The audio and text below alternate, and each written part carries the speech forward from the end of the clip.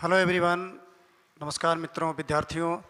आज हम एक ऐसा टॉपिक लेके आए हैं जो एडवांस लेवल में यूज़ होता है, जिसे कीप ऑन और गो ऑन दोनों का सेम अर्थ होता है।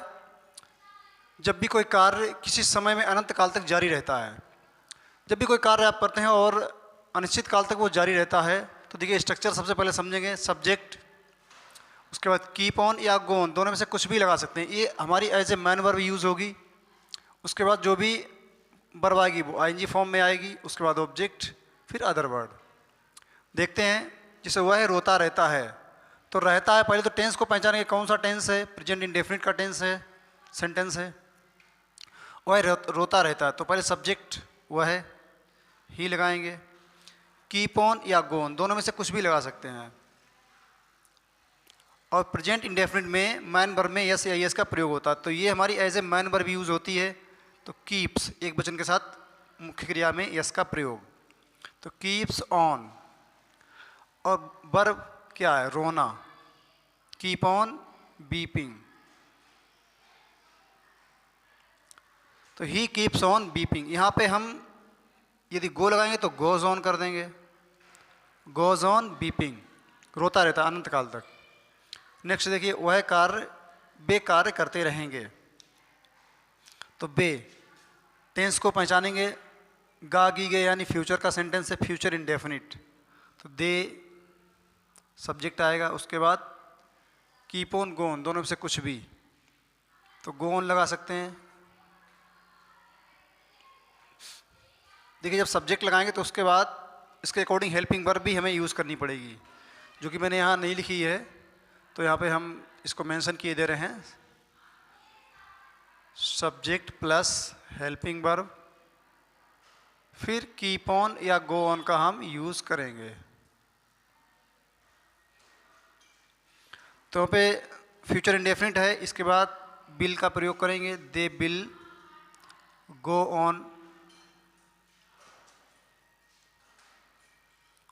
डूइंग द वर्क, तो वे कार्य करते रहेंगे, अनिश्चित काल तक कार्य करते रहेंगे, तो they will go on doing the work. अगला देखिए, लड़के खेलते रहे। खेलते रहे टेंस को पहचानेंगे, पास्ट इंडेफिनिट का सेंटेंस है, तो लड़के द बॉयज।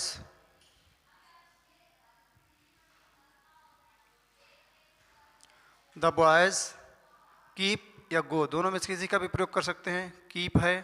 अब देखिए, पास्ट इंडेफिनिट में हेल्पिंग वर्ब का यूज़ नहीं होता है, निगेटिव या इंटरोगेटिव सेंटेंस में डिड का यूज़ होता है, और अफर्मेटिव सेंटेंस में वर्ब की सेकंड फॉर्म। तो कीप और गो हमारी एज ए मैन वर्ब के रूप में यूज़ होगी, तो इसका रूप जो है बदलता रहेगा टेंस के अकॉर्डिंग। जब भी कोई टेंस आएगा तो कीप और गो, इसका जो है इसकी फॉर्म बदलती रहेगी। तो पास्ट में आएगी तो केप्ट हो जाएगा, तो he kept on, the boys kept on playing. अगला देखिए, राम एक किताब पढ़ता रहा। राम पढ़ता रहा, ये भी पास्ट इंडेफिनिट का है, अफर्मेटिव सेंटेंस है। हेल्पिंग वर्ब डिड का यूज़ नहीं होगा, वर्ब की सेकेंड फॉर्म का यूज़ होगा पास्ट इंडेफिनिट के अफर्मेटिव में। तो हम यहाँ पर गो लगा सकते हैं, तो गो की सेकेंड फॉर्म होती है बेंट, तो राम बेंट ऑन पढ़ना। रीड, रीड में आईएनजी, तो Ram bent on reading a book.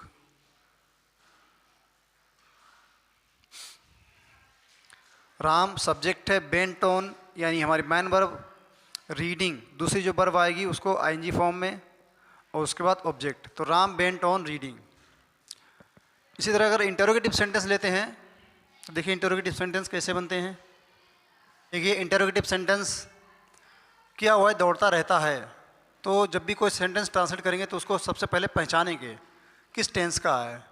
रहता है, ता है, ती है, प्रेजेंट इंडेफिनिट का इंटरोगेटिव सेंटेंस है, क्या पहले आए, यानी हमें हेल्पिंग वर्ब का पहले यूज़ करना है। अब इसके अकॉर्डिंग नहीं बनेगा सेंटेंस, हेल्पिंग वर्ब पहले यूज़ करनी है। तो सब्जेक्ट एक वचन है तो डज का प्रयोग करेंगे, does he.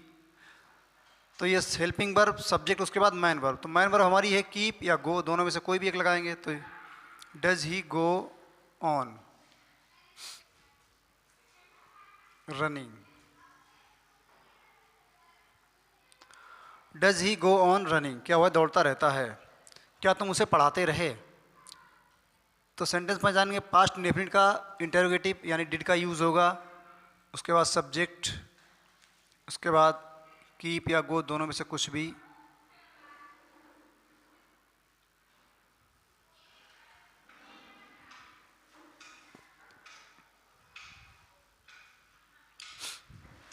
Did you keep on teaching him, क्या तुम उसे पढ़ाते रहे? देखिए जब डिड लगता है तो क्रिया की फर्स्ट फॉर्म आ जाती है, ये यदि डिड नहीं लगेगा तो ये कीप का केप्ट हो जाएगा, यानी जब अफर्मेटिव सेंटेंस होगा तो वर्ब की सेकंड फॉर्म और इंटरोगेटिव होगा तो वर्ब की फर्स्ट फॉर्म पास्ट इंडेफिनिट में। क्या हम डांस करते रहेंगे? तो हम बी के साथ सेल का, shall be keep on dancing. क्या इसमें देखिए क्या शब्द पहले आया है, इसमें इंटरोगेटिव जो वर्ड है इंटरोगेशन वो बीच में आया है, तो पहले इसकी स्पेलिंग लगाएंगे वाई। इसके बाद हेल्पिंग वर्ब सेंटेंस में जाएंगे रहे, पास्ट इंडेफिनिट, डिड का यूज़ होगा, उसके बाद subject you, why did you keep on, beat में आईएनजी का यूज़ करेंगे beating them. Why did you keep on beating them, तो ये कीप ऑन गो ऑन तभी प्रयोग होता है जब भी कोई कार्य अनिश्चित समय तक जारी रहता है, अनंत काल तक जारी रहता है। मिलते हैं नेक्स्ट वीडियो में, तब तक के लिए जय हिंद।